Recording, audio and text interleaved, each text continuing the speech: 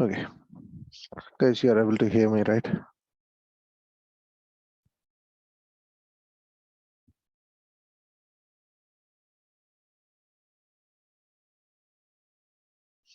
Okay.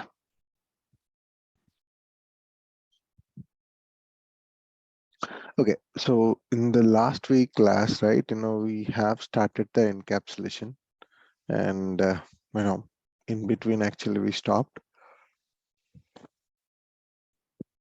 So I just wanted to cover it back one more time and then, uh, we can go with the questions and then, we'll start the next topic, inheritance. Okay. So, sorry, interfaces. Okay. So what is encapsulation, right? Actually, so you see an image over here on the on the screen, you see an image over here. So the first one is, so there is a jar actually which is having some marbles in it, and it is also filled with water. Okay. So, you know, uh, in the jar actually we have water and marbles, just think about, to pulling out a couple of marbles from the, from the jar itself without spilling the water, because there are a lot, the water is completely filled and we don't want to spill that water, and you need to bring couple of marbles outside. So can you do that without spilling? Yeah, we can still do that, but with the pair of two tongs, right? So what exactly these tongs, and why we are checking these marbles, right? So, encapsulation is a concept, in the object-oriented programming, which describes the idea of bundling variables and methods together. Okay, so how it is going to bundle? I think we already discussed about the private and public related things, right? Okay, so let's see. So let us consider a bean. Okay, in the bean, I have a couple of variables. Okay, which are declared as private, and in the same class. Okay, so and the methods are, and in the same class there are two methods that I have already written. One is set method and one is get method, which are public. So these methods will be accessed at the outside of the class because we have public, right? So but you cannot directly access the variables which are declared as private, right? So what it does, actually, encapsulation is used, provides a protected space for data members and restrict the access outside of the class. So you have to, whatever you wanted to do, you have to do it through those methods, set method and get method. Okay, otherwise you cannot access those variables which are declared as a private. So that's what, encapsulation tells us. Okay, so let's see how we can achieve this encapsulation. Okay, so if you see here, there's a class called student, and this is a private string name which was a data member.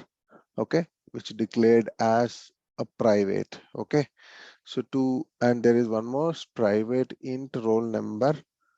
Okay, so all these two data members, okay, we have couple of public methods which are declared. One is set name and the another one is set roll number. Okay, so what we are taking, like in the set name, it is taking a parameter in the method which is string new name, and string new name, and the set roll number is int roll number. Okay, for this one, we are taking int roll number as a parameter. Okay, so the above example, actually what you can see, there are, these two name and roll number are declared as private, and we have two methods to access them which are declared as public, so that we are able to access it outside of the class. Yeah, so those things, which was, having the value which we are setting up. Okay, so how do you call them? I have created another class and just created an object of, student, and I just called set name as rocket. Okay, so the name will be, set it as a rocket. Okay,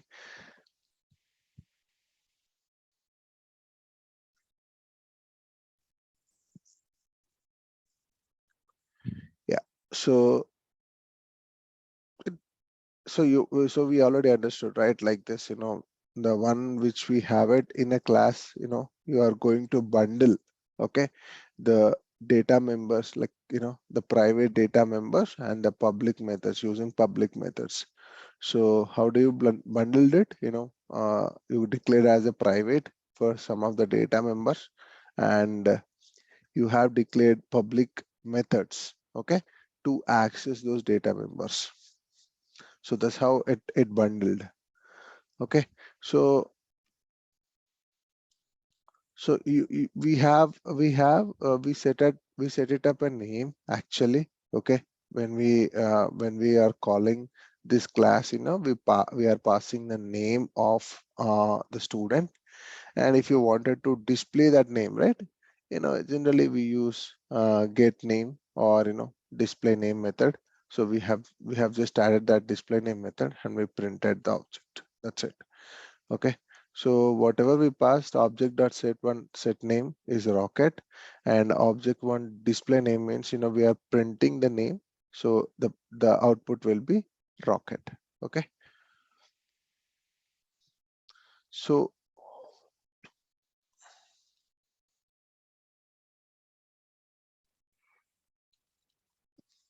we can access data members directly, even they declared as private. Okay, is that true?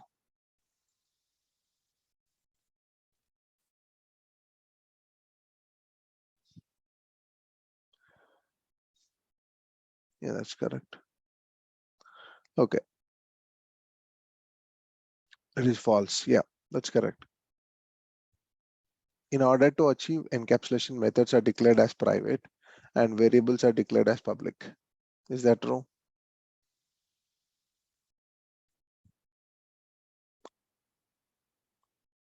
No.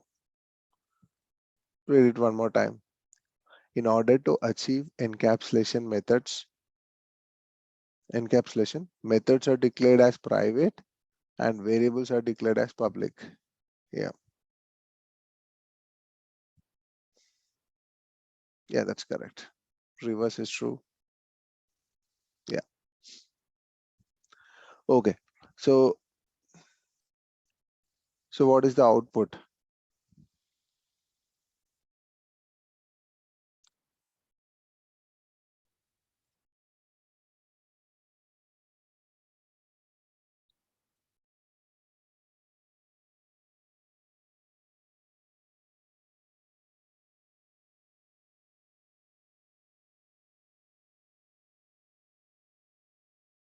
Okay. Okay, so what we understood from the encapsulation, it is just only one topic, that encapsulation provides the binding between private variables and public methods. Okay, so that's what we learned from encapsulation. Generally, it so that means, it is just providing a restricted access to its private data members using those public methods. Okay, yeah. So what is an interface? Okay, so interface is like,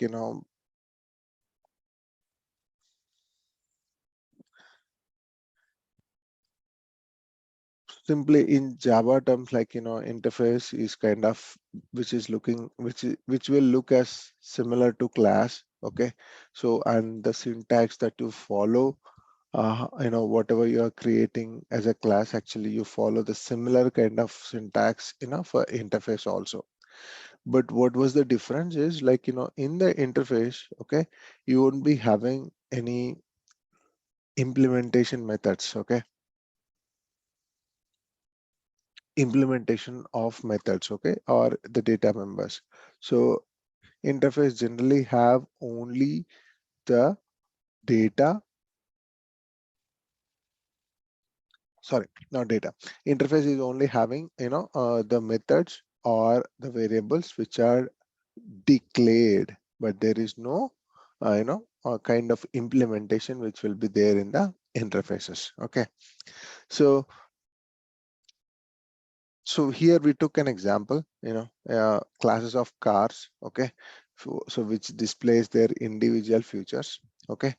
So we will require different classes for different cars. Okay. But there are there are similar kind of features that a car is having, even though we do have different kind of models, right? So let us,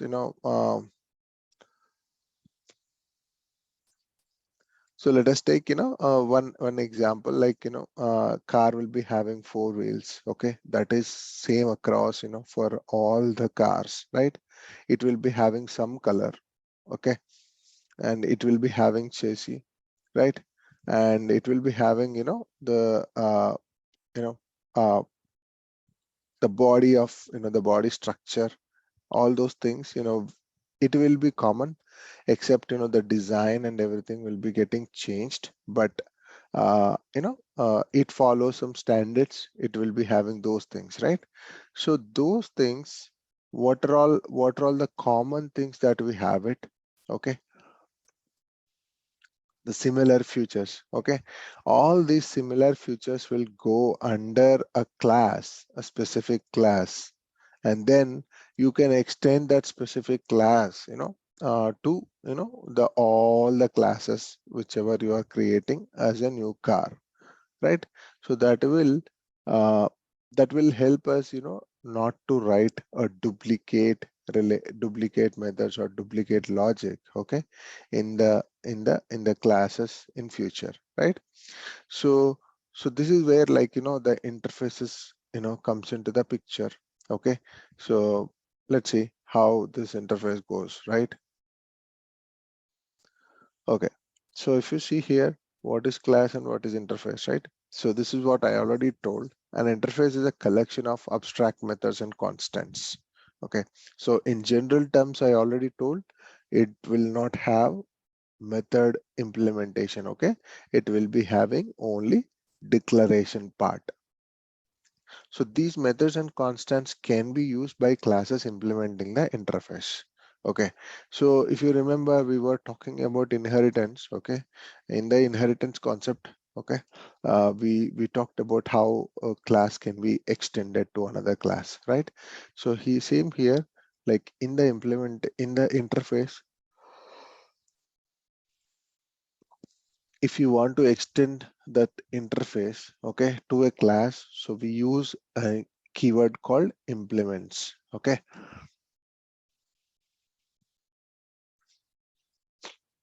So interfaces are used to achieve complete abstraction. Okay. So multiple inheritance, and, if you remember, we had this multiple inheritance concept. Okay. So with we learned that, like, it is not possible using Java, but it can be possible. Okay. Using inheritance, sorry, using interface. Okay. So because of this interface only, we are able to achieve multiple inheritance in Java. Okay.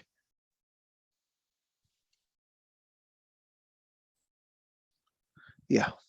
So an interface acts as a reference class for other classes. Is that true?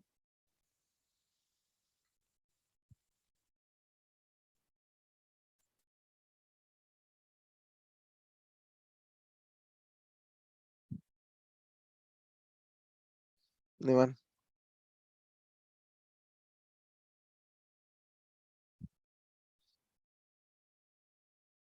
Okay.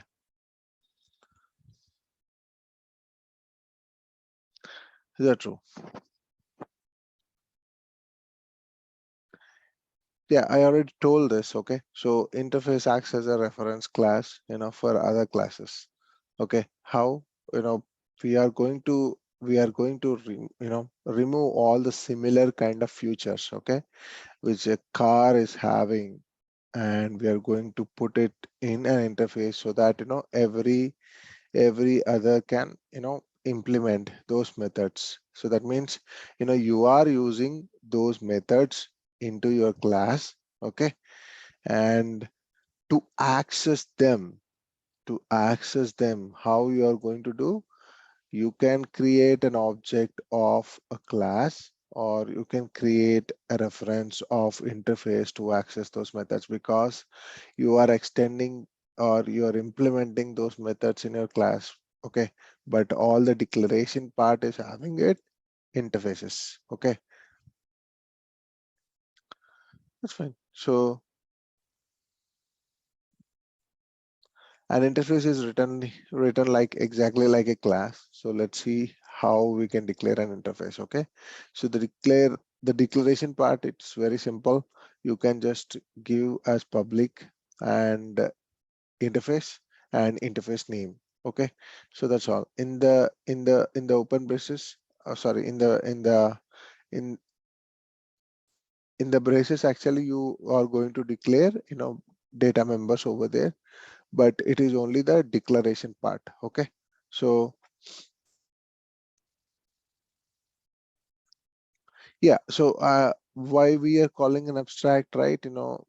It it actually doesn't have any implementation methods. Okay, so abstract is kind of keyword that we use it for the classes, but we don't require for interface, because interface are defined, are designed to as built-in abstract classes. Okay,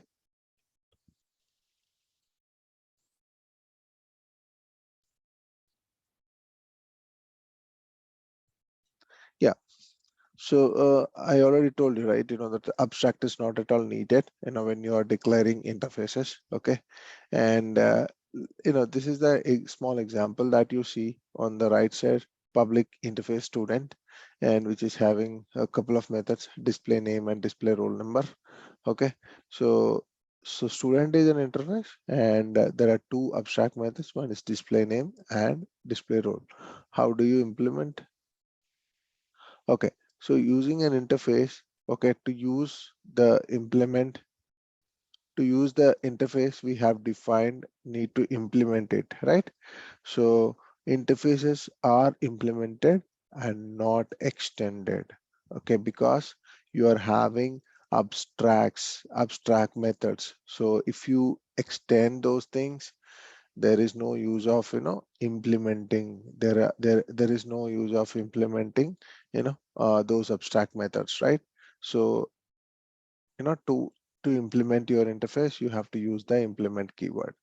Okay, how you implement, this is the example that you see. We use the keyword called implements to do so. A class can implement more than one interfaces at a time. Let's see how we do. Okay, public class name and implements interface name. Okay, yeah, so if you see here, this is the one we already declared a student as interface over there. And what we have done now, we implemented that display name method, system dot auto println with some text. Okay, and the next one, we have displayed the role, disp role. Okay, we implemented that method also with a print statement, and we created an object called the student object, and we tried to call those two methods whatever we implemented it, right? So what would be the output for this one? So there are two print statements. One is star lord, and 25 will be the output for it. Okay, Yeah. Okay, so now you just learn how you can implement a class. Okay, sorry, how you can implement an interface to a class, right? So, but is there a way that you can think about, can we implement, can we extend, okay, one interface to another interface, right? So we can, okay, as but you cannot do implement as a keyword over there, because an interface is an abstract, so we cannot implement those methods. So that's why what we are doing, we are going to use extends, okay, extends keyword to extend the another one interface to another interface. Okay, how we'll see. Okay, so if you see here, there is one interface called, so this is an example, okay? So like, syntax, the how we write public interface and interface name extends some other interface.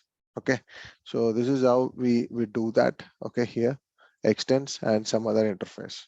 Okay, so if you want to extend the student interface that we declared, we'll write something like this: public interface new student extend student.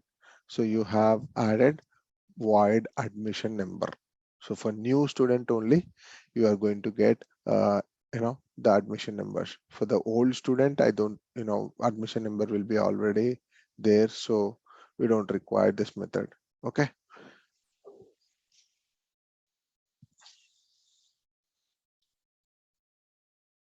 So now what new student will have? Admission number he will be having, and will be having student name and roll number.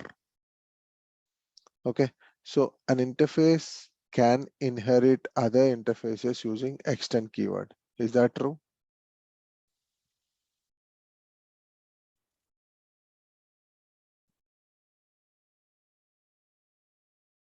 Yeah, that's true.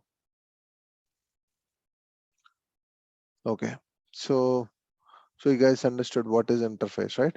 So an interface is a collection of abstract methods and constants. Okay, so interfaces are used to achieve a complete abstractions and multiple inheritance. So an interface is abstract. There is no need to declare or use the abstract keyword for declaring interfaces. Okay, so we can implement, a class can implement, an interface can extend, it's other inherit other interface, okay, to its class, or to its interface. So, and we already learned that, like, a class can implement multiple interfaces at a time. Okay, so hope you understood, this one, the interface concept. Yeah, it's pretty similar, like, whatever we learned as a class, but it's only the abstract classes. Sorry, whatever we learned in the abstract classes, but abstract classes is kind of a combination that you see abstract methods and also the implemented methods in there. So, but to achieve the complete abstraction, actually interfaces helps us. Okay. Yeah. So let's go to the next topic. What is an exception, right? So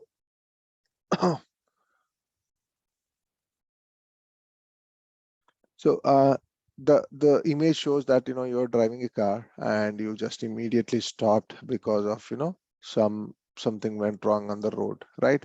So this is a similar kind of case, when we come to the programming languages. Okay, so your sequence of steps, that whatever you have written in a program actually executing continuously, and in between it might stop because of some data issue, some logic issue, or something else. Okay, so some resource issue or something else. Okay, because of any of these things, okay, your program might stop with an exception.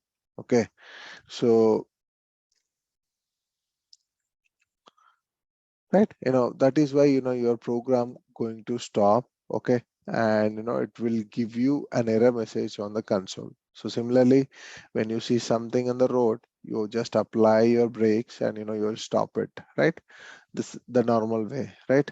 This is exactly the same exception does it. Okay, whenever it sees something, whenever the program code execution happening, whenever it sees something else like which is not expected, so the program will be stopped over there. Okay. So exception is an event that disrupts the normal flow of the program. Okay. So exception handling enables us to handle these runtime errors. Okay. So it maintains the normal flow of the program, and exceptions can occur due to user's error and programming error or due to failure of a physical resource. Okay. All these things, okay, can be, happen for an exception. Okay, let's see how it goes.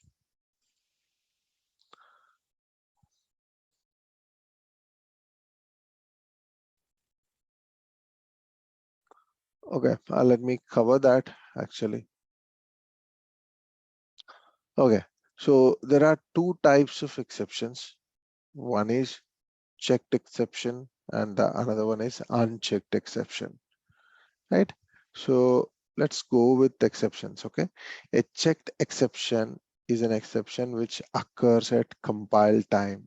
So these are all known as compile time exceptions. So the programmer needs to handle these exceptions while writing the program itself. Okay, so this checked exceptions, I don't think so when we it is like that much useful now, because checked exceptions, why it was separated, right? Earlier we were not having any IDE tools. Okay, IDEs like Eclipse and IntelliJ and other providers, right? We do have these things. Okay, so when you write a program, if you are seeing a syntax error in that program, okay, so what it happens, it just stops the it just shows you a red color X mark, okay, in the in the in the IDE, right? So that you can immediately correct it. But earlier stages, actually, we don't have this ID. So what you do, you write the program and you use Java compiler, to compile that program, right? So when it is like when you use that command Java C hyphen the package name and the class name and everything, so it is going to scan all the lines whatever you have written in the class, and it is going to compile that you know compile that Java code into a .class file, right? So whenever you use Java C, the exceptions that it is showing to you on the screen are called as exceptions. Okay, so checked exceptions. So but nowadays actually you have these things IDs, so it is very easy to identify checked exceptions, and you can correct them before using that Java C also, right? Most of the people are not using Java C now, for compiling the classes, right? So the second one is unchecked exceptions. So this unchecked exception is an exception which occurs at the time of execution. Okay, so these are also known as runtime exceptions. Okay, so this may be like something like logical errors of programming bugs. um, you know this comes under all the unchecked exceptions only. And so the physical errors, okay, error is a separate topic. Actually errors are not exceptions. Okay, so in the programming, errors are something which is out of users control or programmers control and cannot be handled like exceptions. Okay,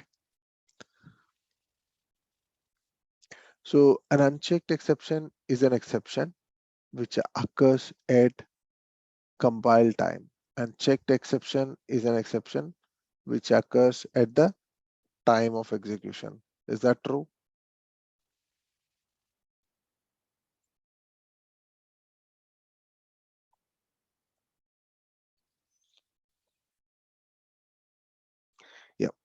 that's correct. It false. The reverse is true.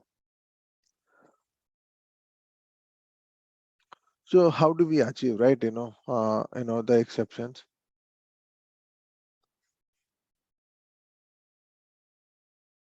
How do we achieve these exceptions, right? Okay, we use try, catch, finally.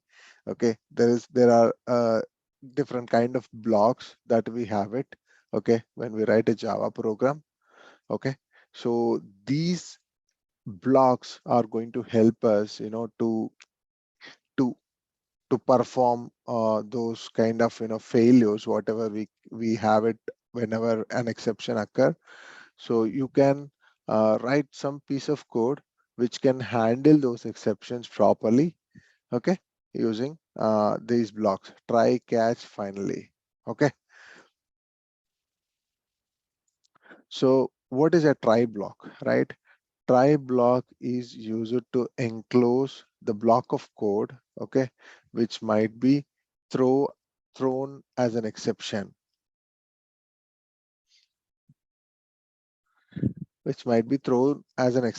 okay. So the try block is always followed by a catch. Okay, once again.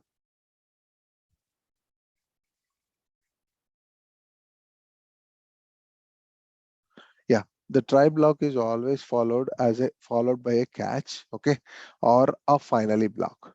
So what we can do with the finally block and catch block? Yeah. Yeah. So the catch block is used to handle the exception, okay, and okay, handle the exceptions. So it is always used after the try block. Okay, so there can be multiple catch blocks, okay, followed by a try block. Okay, so let's see, okay, how it goes, right?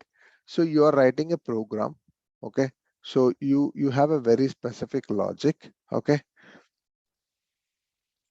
you have a very specific logic, you wanted to write in a try block, and handle those exceptions, okay, whatever it is going to, like, so you don't know, like sometimes actually you might be expecting some of the files, okay, coming, they you wanted to read them, okay. So let's say, one of the file that you wanted to read it from a particular drive, okay, from the C drive, some path, actually you have a file, so you wanted to read it. And so for that reading logic, actually you have written in the try block saying that, there are some exception conditions that you might occur when you write this program. The first one is the file may not be there. Okay, that is our first condition. Okay, right. So what if the file is not there? So what kind of exception it throws? It throws kind of, file not found exception, to us, right? So that is also a runtime exception. When you try to execute the program, then you realize that there is no file there. So it is a file not found exception. Okay, so it is going to throw. But again, in the same block, actually, when the file is found and you are trying to read it, so there is no data. Okay, so and you are trying to read that, and you realize that there is no data in it, right? So you wanted to throw some kind of an exception, right? Null pointer exception. So there is no data in it, right? So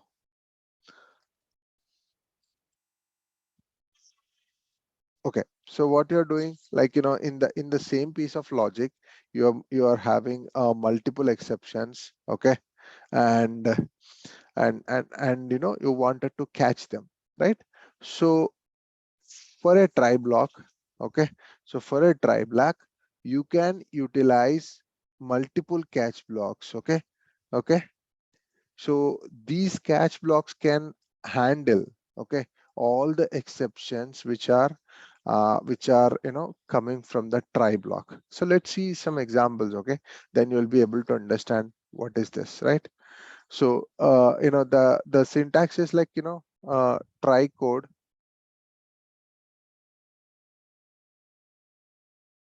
second.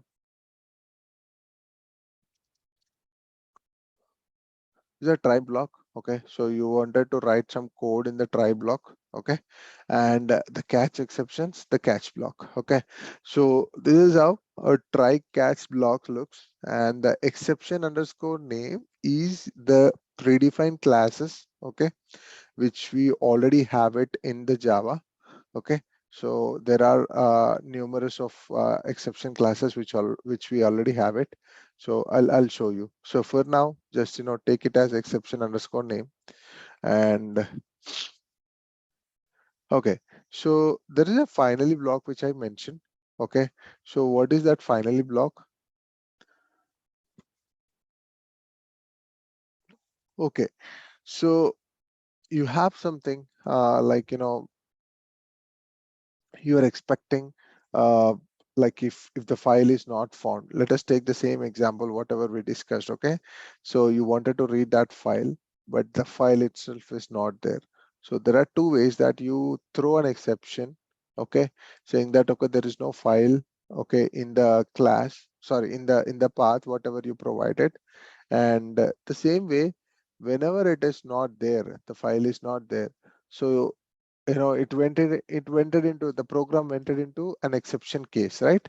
So in that exception case, if you wanted to perform some action, okay, whenever the program execution stops, before the program execution stops, you wanted to execute a particular code or particular things, okay, uh, mandatorily. Okay, so what you do, you write that piece of code in the finally block. Okay, so this block of code which is executed irrespective of whether the execution is handled or not. Okay, so this is how the final block is used. Okay,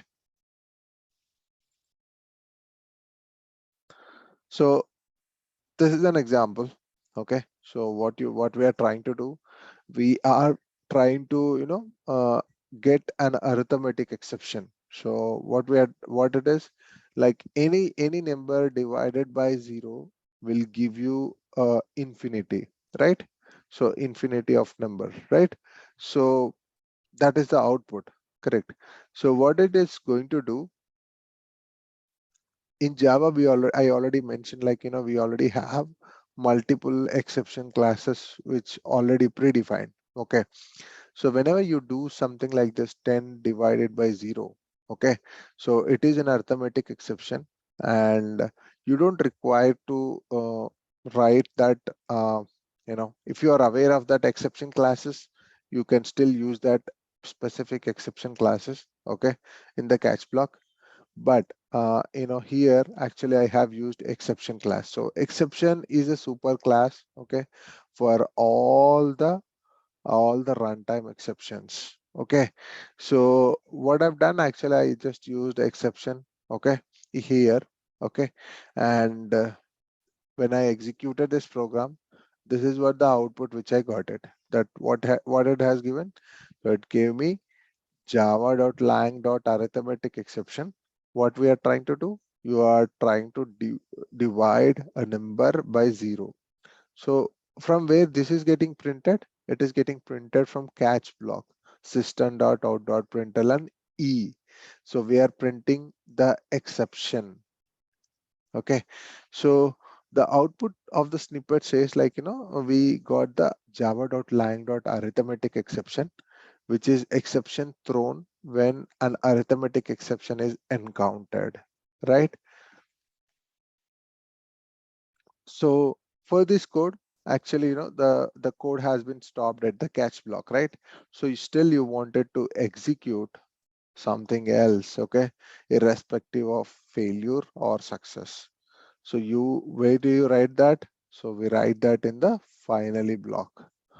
Okay, so the finally block is executed and division by 0 is displayed below the caught exception.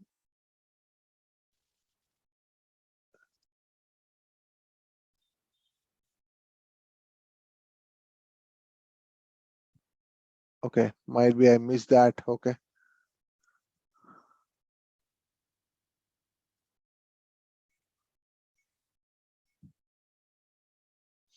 Okay, once again, let me show you. Just a minute.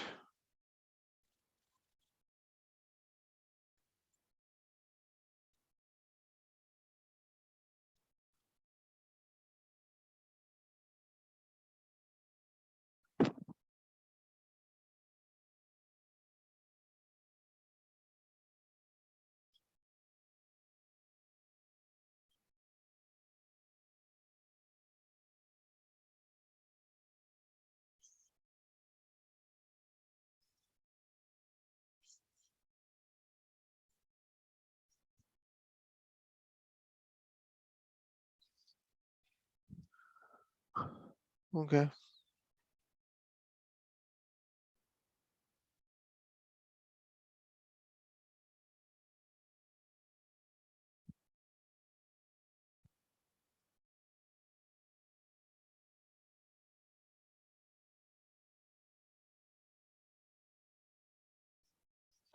Okay.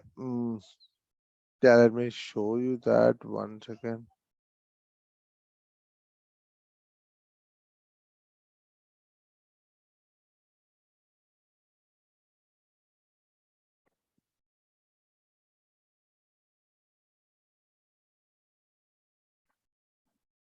Very quickly. Okay. So I think that slide has been missed. Seems to be. Okay. So and a is equals to 10 divided by 0 and catch exception E. Okay.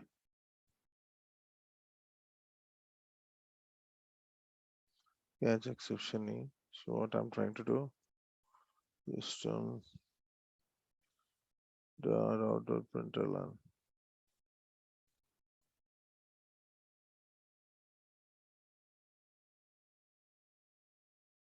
E, right?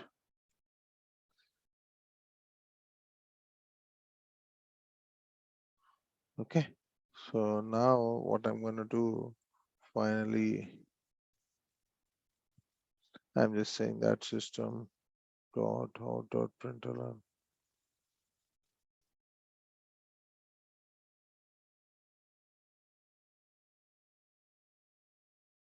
system dot out dot println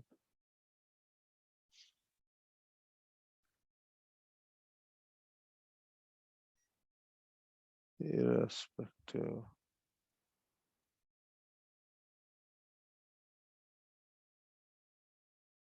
execution. Okay. So it's very simple. Okay. So what I'm trying to do, I'm just using this int a equals to 10, 10 by 0. So I'm just kind of adding that particular similar kind of example which I took it from the PPT. Okay. So I'm just trying to run that. Okay.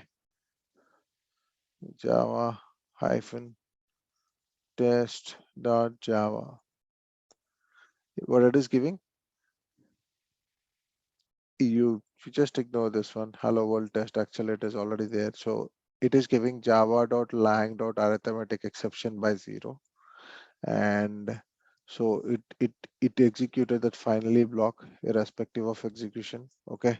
So and it is giving hello world test. Okay. So let me remove this. Okay. So finally block is the one which we have to write it uh, in case of any exception or whatever you wanted to execute, even though the class has been failed with an exception, but still you wanted to execute something, you can still write in the finally block. Okay. So the same way, the finally, yeah, sorry, yeah, not the finally. So if you wanted to write a specific exception, not only this exception, right? So Java already provided this arithmetic exception, right? So what I'm going to do, arithmetic exception. So I just removed that exception. Okay, exception class, and now just try to run it. So it should give you the same result.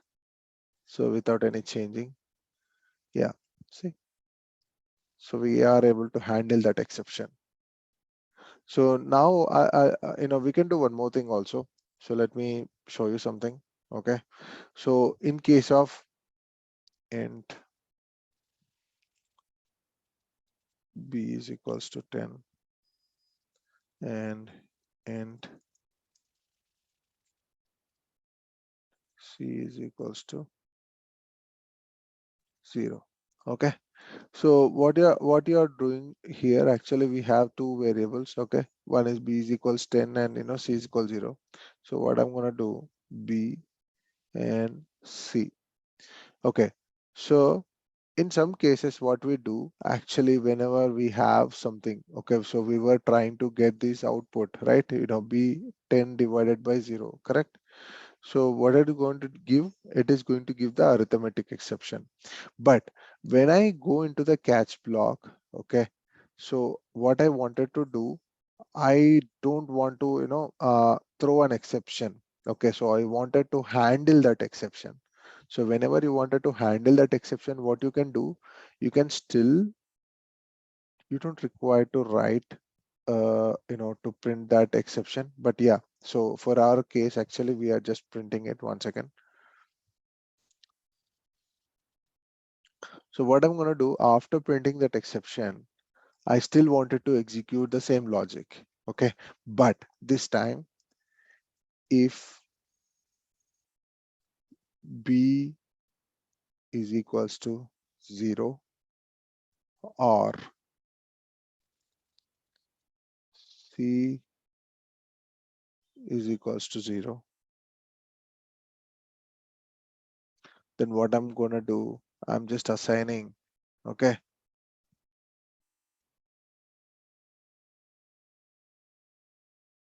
yeah, let it make separate if statements. Okay, so one second. If b is equals to 0 and if c is equals to 0, okay, so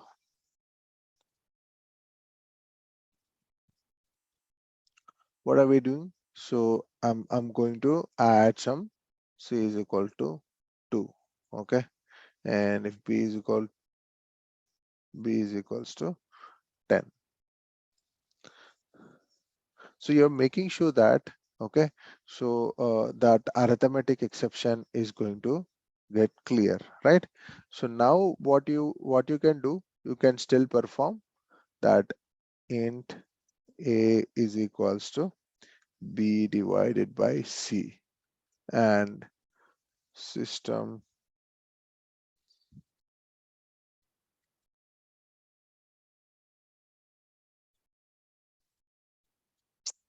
One second.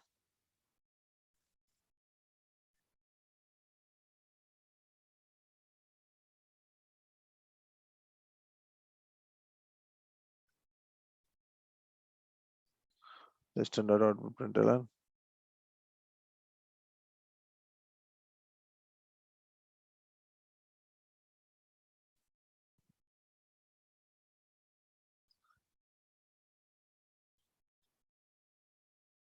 A is equals to a, and yeah, so let's run this. Okay, so Java. So if you see here, so what it did, actually it thrown an error called arithmetic exception, but in the catch block, actually you wanted to retry with the different numbers, okay? Or if you wanted to retry after some time, okay? So let's say, in our example, whatever we took it, the file which are you're waiting for it, okay? From the C drive or something. So what you'll do, you in the cache block, actually you have written a thread logic saying that, okay, I'll wait for another 5 minutes. Okay, if the file is not found, I'll wait for another 5 minutes. Okay, so that 5 minutes logic that you have written in the catch block, and you can still try to execute that program, okay, in the exception case also. Okay, So that's how we can do with the try catch blocks. Okay. Okay, let me rename this. Okay.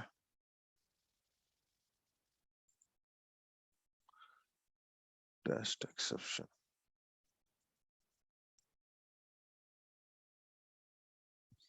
Okay. Yeah. So let me go back to the PPT.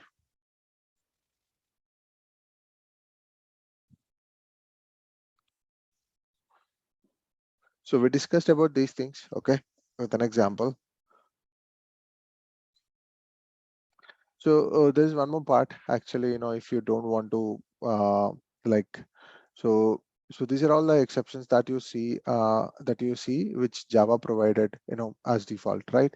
So but if you wanted to, have a user defined exception, yeah, user defined exception, very specific to your project, yes, you can still do that. And to throw these exceptions, you want, if you, so let's say, you're writing some code, and you need, yeah, let us take the same example. Okay, so you're writing the code, to read the file. Okay, so what you're getting, the file is not there, you wanted to catch that exception in the present case. But so let's say you have written a method which loads this file from a C drive or D drive, whatever the path that they have given. So if the file is not there, so generally you should not handle that exception in the method. Okay, so you have to, in some cases, you have to throw that exception back to the client who called that method, to load it, right? So that means you have to throw the exception, whatever it occurred in this method, you know, to the caller, right? So for that case, what we are going to use, we use a throw keyword. Okay. So this is how the throw keyword can help us, to throw an exception to the called class. Okay. So I'll show you one example with this. Okay. So if you see here, I have a method called static void div int, and if the number is equals to 0, okay, if the number is equals to 0, what we are trying to do, I'm throwing a new arithmetic exception saying that division by 0, right? So this is like in our existing exception class in the Java. So you can still throw that existing exceptions back to the callers. Okay.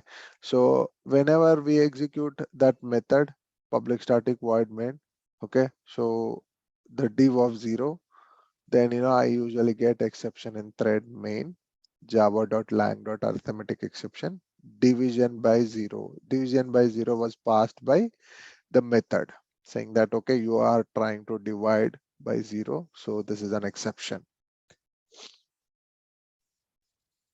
Okay, so let me go back and I'll show you. I'll just add that we already have that class ready. So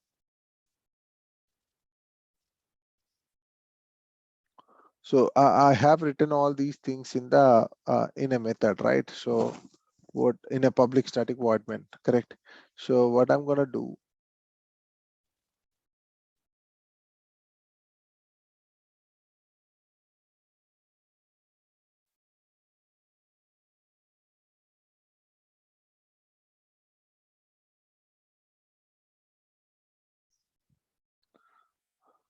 do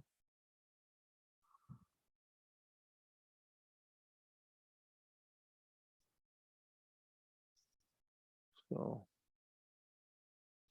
see, okay. So I'm just going to remove this and just add a condition saying that if C is equals to 0,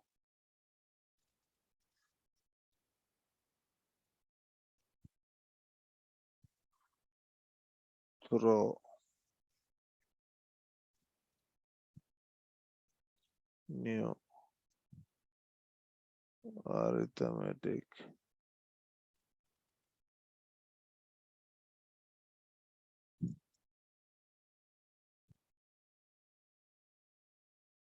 exception. I have it. Right. One second. Throw new arithmetic exception.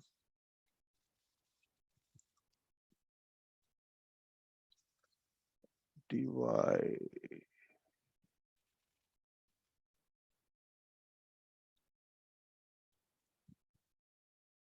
by 0. Okay. Simply, you're just throwing that. Okay. So what is this div, right? And let me create a public static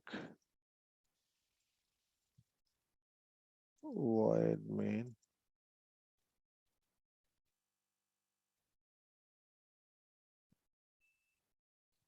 Okay. Bear with me. It's almost done. Okay. You're just calling div of 0. Okay. So the expected output should be throw, right? It should throw some error, right? Java test exception. Okay. So what was the error? Because I changed the class name, file name, but I did not change the class name. Okay. So just a minute. Test exception. Now run it. Java test exception. See, so it is giving an error saying that java.lang.arithmetic exception. It is dividing by 0. Okay. So it has thrown that error to us, with the message. Okay.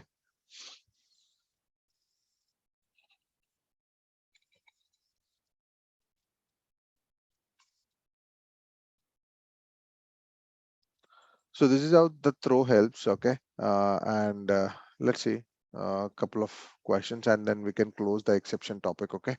So the correct syntax of to the throw an exception is, so what it is, throw exception, throw new exception, throw new exception without semicolon, and none of it. Any guesses?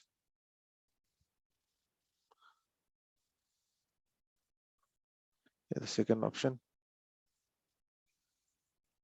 Yeah, that's correct. Okay, so which of the following statements are correct with respect to exception? So exception is an event that disrupts the normal flow of the program. Exceptions are same as errors.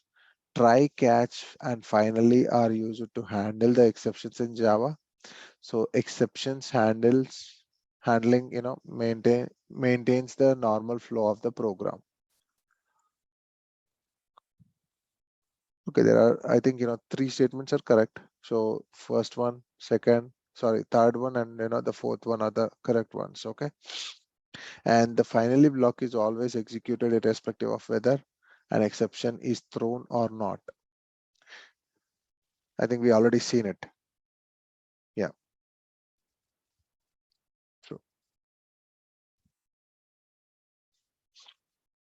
So which of the following keywords is used to throw a custom exception? Throw. Okay. So we what we have discussed, we discussed about try, catch, finally, and throw keywords. So try, where we write the exception code, exception, possible exception occur code, and catch, where we catch those exceptions, whatever we got it in the try block. And in the finally, we write those program, sorry, those code, like, which is irrespective of the execution, wanted to execute something, we write them in the finally block. And in the throw keyword, you use it for, explicitly we use it for, throw that error messages. Okay. Yeah, that's all for today. Okay, if you have any questions, do let me know. Okay. And Yeah, we'll continue the next topic from tomorrow.